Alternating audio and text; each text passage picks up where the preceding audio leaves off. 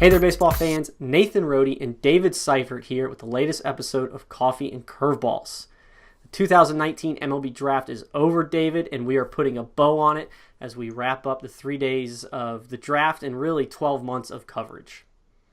Yeah, for sure. After we're done with this, we will be officially done. And moving on to 2020 right out of the gate. So today we're going to take a look at 6 teams that stood out to us. It's kind of hard to evaluate drafts so immediately, obviously, because these players need to develop and hopefully make the big leagues. But this is kind of our knee-jerk reaction to the drafts that stood out to us based on the players that were taken. So let's take a look at several teams. And really, David, for me, we can't talk about the 2019 draft without talking about the Diamondbacks because they had so many picks. I mean, it was like 7 on day 1, 7 of the top 78 picks, and then 8 in the top 100. Obviously a prime opportunity for them to just infiltrate their system with talent. Yeah, we definitely have to talk about them because they got a wealth of talent. But at the same time, it's also hard to compare them to the others because the others didn't have nearly their picks. So the Diamondbacks did great, but they should have done great. Exactly. So for me, 12 top 200 prospects that they took in the top 10 rounds. So obviously they really going best available. They got a lot of money to work with. But right at the top, Corbin Carroll, one of my favorite actual selections. Obviously one of my favorite players, but one of my favorite selections because I felt like they got a top 10 talent at pick 16. Then they go and get Blake Walston toward the end of the first round. And then with one of those compensation picks, they took Brendan Malone. So right off the bat. Who'd have thought that? Yeah. Who'd have thought that last summer that Brendan Malone would be drafted in the comp round? Exactly. That's a great pick. It is. So you get 3, high ceiling guys with your first 3 picks. And then after that, they shifted into the college, which it's not like they were just taking like guys that are at discounts. There's some upside with these college guys too, but also kind of that high floor to balance out the risk of those high school guys. They did a nice job by getting a couple big arms in Dre Jameson and Ryan Nelson from Oregon.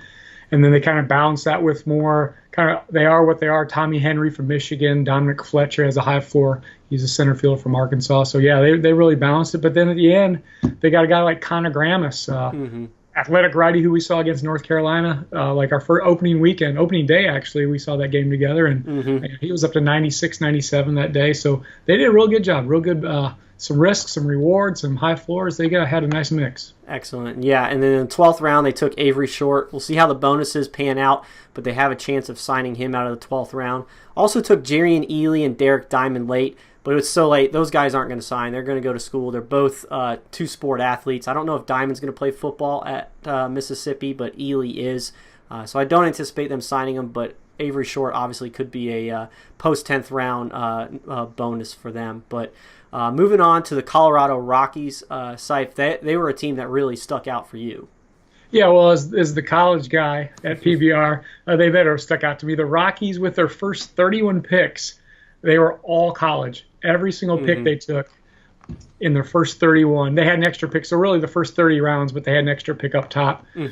All college. One was a junior college, so really 30 were from four-year college, which is even kind of more my niche. So, yeah, that got me excited.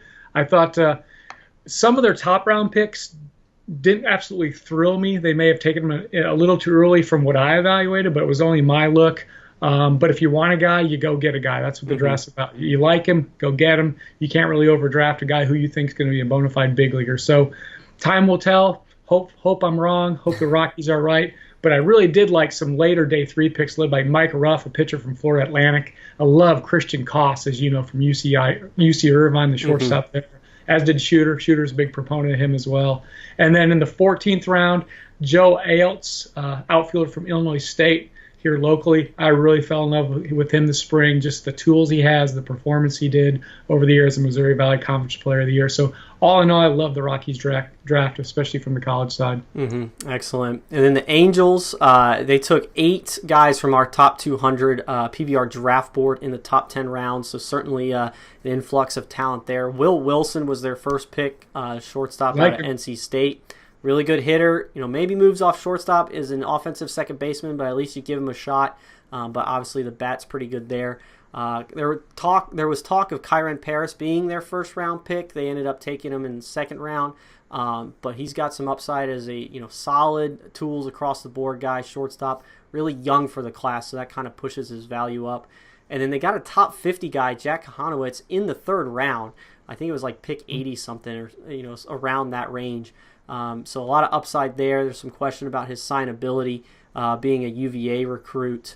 So definitely a good value pick there. But then they also, like we talk about balance, getting that high risk, that upside high school guys. But they get some college guys as well, guys that I know you're a fan of, like Garrett Stallings, Davis Daniel, an Elon guy, and Kyle Bernovich, and Zach Lingenfelter out of Tennessee. Yeah, and two of those kind of more high upside guys with Davis Daniel. He was injured this year. I'm not sure the status of what where he's at, but hopefully he will sign. He was drafted last year as a sophomore eligible, decided to go back, but got injured partway through the year. Yeah, your boy Berno at Elon and Garrett Stallings, who I absolutely love. He's just a strike machine, works quick. They did a good job with balancing out the back of their draft as well. And then the Miami Marlins, obviously J.J. Bleday off the board at number 4, one of the top hitters in the entire draft class, not just the college class.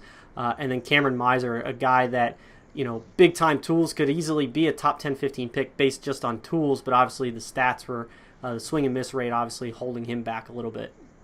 Yeah, I think Meisner actually would have been. I know you don't draft after the first 6 weeks of the college season, but he would have probably won the top 5, if not being considered for 1-1, if you just looked the top 6 weeks of the college season. But any draft where you get Bleday and Meisner 1 and 2, I'm sold in that draft. And they did a nice job backing it up with kind of some seniors or some fourth-year juniors, I guess you could say, like Peyton Burdick. I'm sure they signed him at a discount in the third round. Evan Edwards, a senior first baseman from NC State, he was the fourth round. So they did a nice job saving money late, too, to pay for Bleday Meisner up top. Excellent.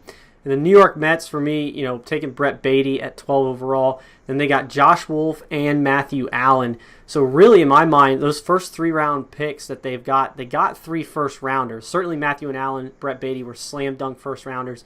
Josh Wolf, we ranked him kind of on the edge there, but very much could have been a first-round guy and has that kind of talent. So then from there, obviously they went pretty heavy into the college seniors because Beatty, Wolf, and Allen are going to command quite a bit of money. But Seif, you were telling me, obviously Jake Mangum in the 4th round is a high-quality senior. It's not like they went for $1,000 super discount guys. They definitely have some upside with some of those seniors they took.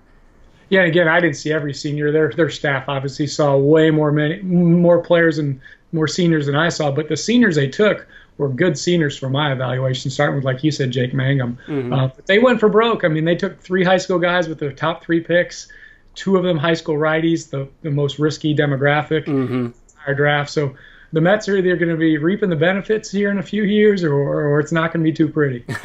Certainly. So last team we're going to look at, the Los Angeles Dodgers were one that stood out for you. They did. I like their first 2 picks. Again, kind of back to the Bleday and Meisner with Florida. Love their first 2 picks. Dodgers, I love their first 2 picks. Cody Hosey from Tulane and Michael Bush from North Carolina.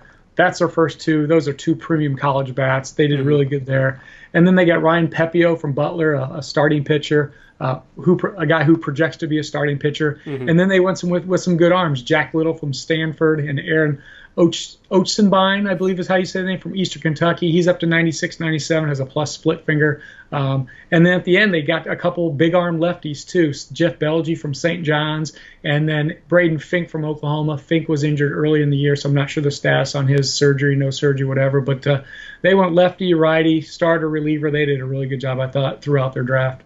Excellent. So there you have it, a look back at the 2019 MLB draft and several teams that stood out to us. Obviously, you can go to prepbaseballreport.com as well as d1baseball.com to see all our coverage on the 2019 draft.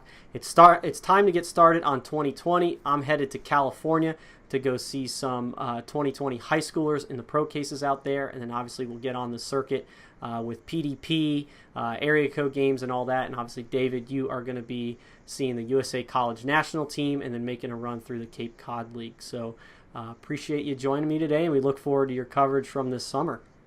Thanks for having me on, Rhodes. You bet. So for David Seifert, I'm Nathan Rohde. This was Coffee and Curveballs, and until next time, we'll see you guys at the ballpark.